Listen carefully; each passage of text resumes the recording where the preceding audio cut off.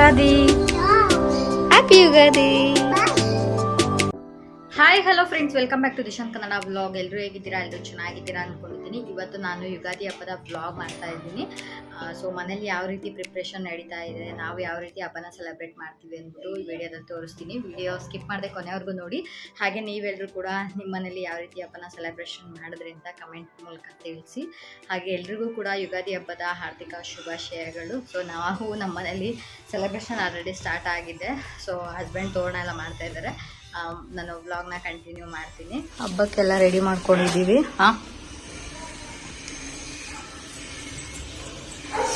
ನೋಡಿ, ಮನೇಲಿ ಎಷ್ಟೊಂದು ಮಾವಿನ ಸೊಪ್ಪು, ಬೇವಿನ ಸೊಪ್ಪು ಇದೆ, ಆದ್ರೂ ಎಷ್ಟೊಂದು ತಗೊಬಂದಿದ್ದಾರೆ. ಇದೇನೋ ಎಷ್ಟಿದಕ್ಕೆ ಅಲ್ಲಿ ಯಾರ ತಗೊಂಡಿದ್ದಾರೆ. ಮಲ್ಲಿಗೆ ದಿಂಡು ನೆನ್ನೆ ತಗೊಬಂದಿದ್ನಲ್ಲ ಅಷ್ಟೊಂದು. ಇದು ಗ್ಯಾರೇಜ್ಗಾ ಬರೋದಿಲ್ಲ ಊಟ.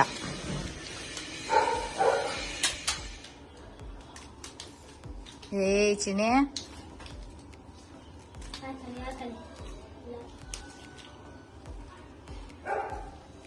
ಸುಮ್ಮನೆ ಬೆಸ್ಟ್ ಆ ಕಡೆ ಒಂದು ಈ ಕಡೆ ಒಂದು ಇಟ್ಬಿಟ್ಟು ಅವ್ರ ಥರ ಹಿಂಗೆಲ್ಲ ಮಾಡಬಾರ್ದು.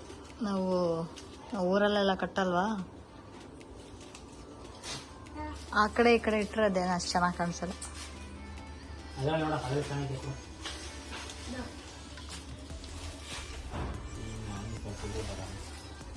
ಅದನ್ನ ಎಷ್ಟು 50 ರೂಪಾಯಿ ಕಟ್ಟು. ಇದು ಇವತ್ತು ಕಡಿಮೆ ಆಗೈತೆ, ನೆನ್ನೆ ಮೊನ್ನೆ ಎಲ್ಲ 50 ರೂಪಾಯಿ ಕಟ್ಟು. ಹಬ್ಬ ಅಂದಮೇಲೆ ತೋರಣ ಇರಲೇಬೇಕಲ್ವಾ. ಮನೆ ಮುಂದೆ ಈ ಥರ ನಾವೆಲ್ಲ ತೋರಣ ಹಾಕಿದ್ರೇ ನಮಗೆ ಒಂದು ಹಬ್ಬದ ಸೆಲೆಬ್ರೇಷನ್ ಯಾವ ರೀತಿ ಮಾಡ್ತೀವಿ ಅಂತ ಗೊತ್ತಾಗೋದು. ನನ್ನ ಹಸ್ಬೆಂಡು ತೋರಣ ಎಲ್ಲ ಕಟ್ಟಿದ್ದಾರೆ, ನೋಡ್ಬೋದು. ಫೈನಲಿ ಈ ಥರ ಕಾಣಿಸ್ತಾ ಇದೆ. ನಮ್ಮ ಮನೇಲಿ ಯುಗಾದಿ ಮತ್ತು ದೀಪಾವಳಿ ಹಬ್ಬಕ್ಕೆ 2 ಹಬ್ಬಕ್ಕೂ ಮಿಸ್ ಇಲ್ದೇ ಈ ರೀತಿ ಕಟ್ತಿದ್ದೀವಿ.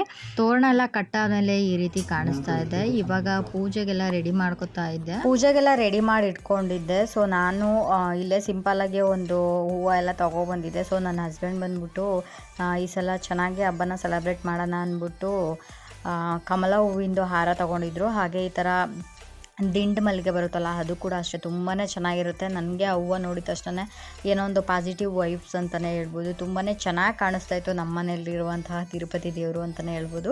ಸೊ ನನಗೆ ಪೂಜೆ ಮಾಡಬೇಕಾದ್ರೆ ಈ ಥರ ಜಾಸ್ತಿ ಹೂವು ಹಾಕಿ ಪೂಜೆ ಮಾಡೋದಂದರೆ ತುಂಬಾ ಇಷ್ಟ. ಹಾಗೆ ನಮ್ಮ ಪಾಪು ಈ ವರ್ಷಕ್ಕೆ 3 ಇಯರ್ಸ್ ಯುಗಾದಿ ಹಬ್ಬನ ಸೆಲೆಬ್ರೇಟ್ ಮಾಡ್ತಾ ಇದ್ದಾಳೆ.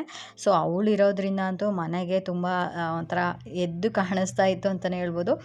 ಇವಾಗ ಪೂಜೆ ಮಾಡೋಕ್ಕೆ ಸ್ಟಾರ್ಟ್ ಮಾಡಿದ್ದೀನಿ. ಒಂದೊಳ್ಳೆ ಮನಸ್ಸಿಂದ ಹಬ್ಬನ ಖುಷಿಯಾಗಿ ಸೆಲೆಬ್ರೇಟ್ ಮಾಡೋಣ ಅಂದ್ಬಿಟ್ಟು ಇವಾಗ ಪೂಜೆ ಎಲ್ಲ ಸ್ಟಾರ್ಟ್ ಮಾಡಿದ್ದೀನಿ. ಬನ್ನಿ, ಎಲ್ರಿಗೂ ಒಳ್ಳೆಯದಾಗಲಿ, ಆಯುಸ್ಸು ಆರೋಗ್ಯ ಕೊಟ್ಟು ಕಾಪಾಡಲಿ ಅಂತ ಬೇಡ್ಕೊಂಡು ಇವಾಗ ಪೂಜೆನ ಶುರು ಮಾಡ್ತಾ ಇದ್ದೀನಿ.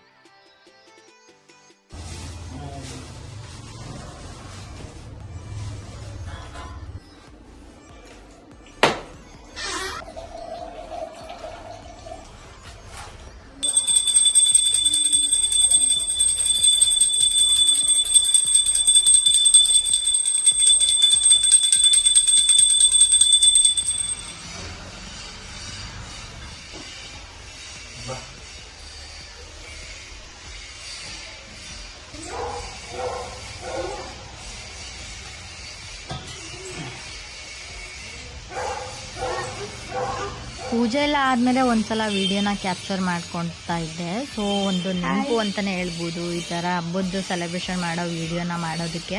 ಸೊ ಆಚೆ ಕಡೆ ಈ ಥರ ರಂಗೋಲಿ ಹಾಕಿದೆ. ದೊಡ್ಡದಾಗಿ ಕಲರ್ಫುಲ್ಲಾಗಿ ಹಾಕೋಣ ಅಂದ್ಕೊಂಡ್ರೆ ನಮ್ಮ ಪಾಪ ಹಗಲೆಲ್ಲ ಓಡಾಡ್ತಾ ಇರ್ತಾಳೆ. ಸೊ ಫುಲ್ಲು ಮನೆ ತುಂಬ ಕಲರ್ ಆಗಿಬಿಡುತ್ತೆ ಅಂದ್ಬಿಟ್ಟು ಸಿಂಪಲಾಗಿ ನನಗೆ ಯಾವ್ದು ಬರುತ್ತೋ ಅದನ್ನು ಹಾಕ್ತೆ. ಸೊ ಪೂಜೆ ಎಲ್ಲ ಆದಮೇಲೆ ನನ್ನ ಹಸ್ಬೆಂಡಿನ ಅಡುಗೆ ಮಾಡಿರಲಿಲ್ಲ ಅಂದ್ಬಿಟ್ಟು ಹಣ್ಣು ತಿಂತಾ ಇದ್ದಾರೆ. ನಮ್ಮ ಮನೆಯಲ್ಲಿ ಸಿಂಪಲ್ಲಾಗಿ ಈ ರೀತಿ ಪೂಜೆ ಮಾಡಿದ್ವಿ. ಸಿಂಪಲಾಗಲ್ಲ ಅಂದ್ರೂ ಒಂದು ಸ್ವಲ್ಪ ಚೆನ್ನಾಗೇ ಕಾಣಿಸ್ತಾ ಇತ್ತು. ಎಕ್ಸ್ಪೆಷಲಿ ಈ ಮಲ್ಲಿಗೆ ಹೂವಿನ ಹಾರ ಇದಂತೂ ತುಂಬಾ ಚೆನ್ನಾಗಿ ಕಾಣಿಸ್ತಾ ಇತ್ತು. ಸೊ ಅದಾದಮೇಲೆ ಕಳಸ ನೋಡ್ಬೋದು, ನಾನೇ ಮಲ್ಲಿಗೆ ಹೂವು ತಂದ್ಬಿಟ್ಟು ಕಟ್ಟಿದ್ದೆ. ತುಂಬ ಚೆನ್ನಾಗಿ ಗಮ್ ಅಂತ ಬರ್ತಾಯಿತ್ತು. ಅದಾದಮೇಲೆ ನಾನು ಈ ಸೀಸನ್ಗೆ ಏನಿರುತ್ತೋ ಮಾವಿನಕಾಯಿ, ಬೇವು ಮತ್ತು ಬೆಲ್ಲ 2 ಕೂಡ ಅಲ್ಲಿಟ್ಟಿದ್ದೆ. ಪಾಪು ಡ್ರೆಸ್ ಹೇಗಿದೆ? ಸೂಪರ್ ಆಗಿದೆಯಾ? ಸೊ ಈ ಡ್ರೆಸ್ ಹಾಕೋಕ್ಕೆ ಒಂದು ಕಷ್ಟಪಟ್ಟಿದ್ದೀನಿ ಅನ್ಬೇಡಿ. ನೆಕ್ಲೆಸ್ ಹಾಕಿದೆ, ಅದನ್ನು ಹಾಕ್ಸ್ಕೊಂಡಿಲ್ಲ. ಇಲ್ಲಿ ಬೈತಲೆ ಬೊಟ್ಟು ಹಾಕಿದ್ವಿ, ಅದನ್ನು ಹಾಕ್ಸ್ಕೊಂಡಿಲ್ಲ. ಲೈಟಾಗಿ ಒಂಚೂರು ಲಿಪ್ಸ್ಟಿಕ್ ಹಾಕಿದ್ದೀನಿ ಅಷ್ಟೇ.